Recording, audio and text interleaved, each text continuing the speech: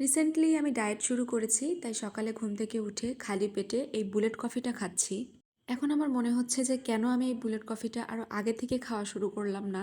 Bullet কফির আসলে অনেক বেনিফিটস। এটা খেলে শরীর অনেকক্ষণ এনার্জেটিক থাকে, পেট ভরা থাকে, ক্ষুধা লাগে না। তো ওজন কমাতেও অনেক বেশি সাহায্য করে। আর এটা বানানোও অনেক সহজ। প্রথমে আমি কাপে 1 চামচ কফি পাউডার দিয়ে দিলাম। এরপরে সামান্য একটু গরম পানি দিয়ে এটাকে আমি কিছুক্ষণ ফোম করে নিব। এরপর ফোম হয়ে গেলে এর মধ্যে দিয়ে দিতে হবে পরিমাণ মতো গরম পানি। আপনারা যারা একেবারেই তিতা কফি খেতে পারেন না, তারা চাইলে কিন্তু এর মধ্যে মধু দিতে পারেন।